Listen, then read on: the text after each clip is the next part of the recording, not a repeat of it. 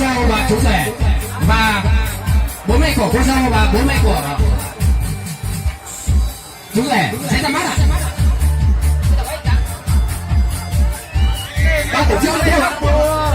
Người bên chú rể đây là bố mẹ của cô dâu ạ.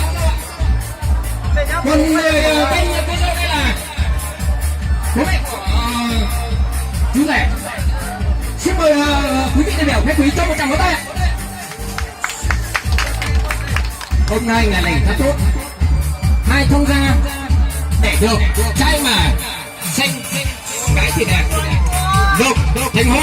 Hôm nay có gia đình lấy thành hôn hôm nay. Xin mời quý vị đại biểu khách quý khách từ xa và khách từ gần, người già các người trẻ, năng nóng không phân biệt đã đến dự lễ thành hôn của hai đứa con, hai thông gia. Xin trân trọng cảm ơn quý vị đại biểu khách quý và khách từ xa khách từ gần, người già người trẻ và các bạn trẻ đã bất chút thời gian đến dự lễ thành hôn của hai gia đình chúng tôi.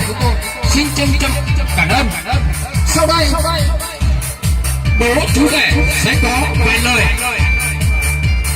cảm ơn quý vị đại biểu khách quý và khách từ xa và khách từ gần bất chút thời gian đường sống xa xôi để đến dự lễ thành hôn của hai đứa con chúng tôi.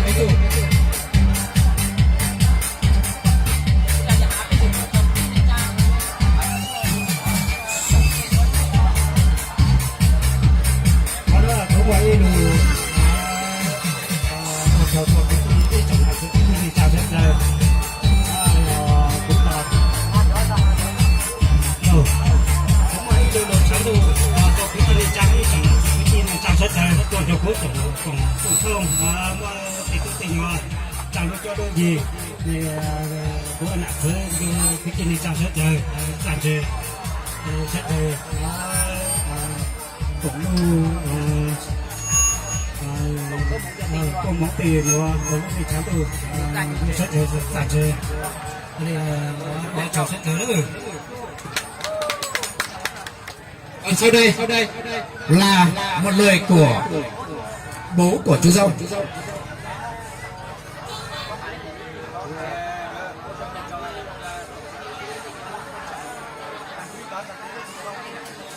Hello.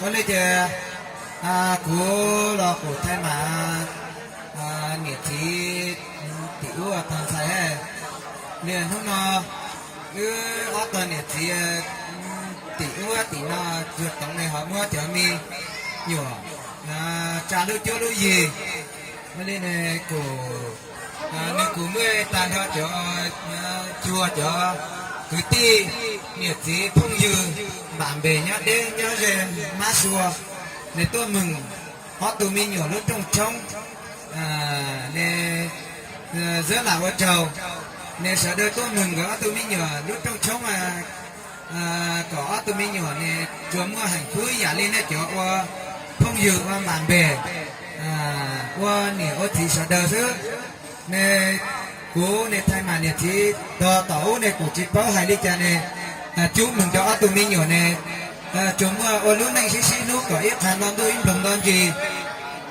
ba tú là có tàu tú ban thay là chúng mất tông thành đồ đi ơn nên chờ phong dự nó tụ chùa này nó tàu chờ tua thứ cái xong lâu rồi ta rồi không chết là tua chú cho tụi mình nhỏ này ở lúc này thành phố họ chú này chờ bạn bè cưới tiên này thì phong nhiên anh cha sẽ đợi tôi cổng gỡ lúc trong là còn chúng mà hạnh phúc trời lúc xong chia ở thế này cầu chua nào mù lời giá toàn đây thế nào chú sẽ đến một đám gió như thế. Vâng, xin mời các vị đại biểu khách quý trong một tràng pháo tay.